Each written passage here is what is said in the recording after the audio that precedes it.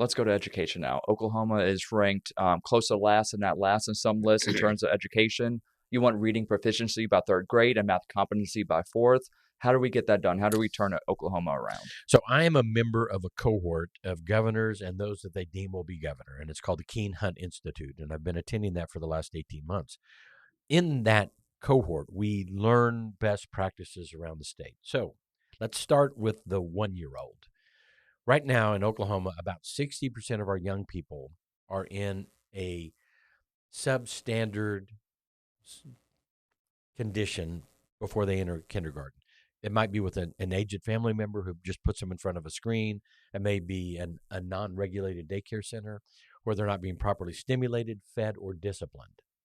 New Mexico, 5 years ago, said, hey, we're going to give financial relief to those at 4 times the federal poverty level.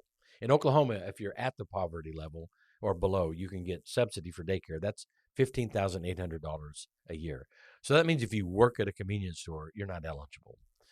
New Mexico had it at 4 times, so $58,000. And they saw remarkable improvement in the young people starting kindergarten. They were no longer feral. They were fed, stimulated. We know that the brain, 60% of the brain develops in the first 5 years. So New Mexico has observed its children are showing up and sitting in the classroom ready to learn at kindergarten. Just this last legislative session, they took the cap off. It's so successful. So what if Oklahoma permitted that 60% of our children base to go to a quality daycare where they're fed, stimulated, and disciplined? I think we'll see the same thing that New Mexico did.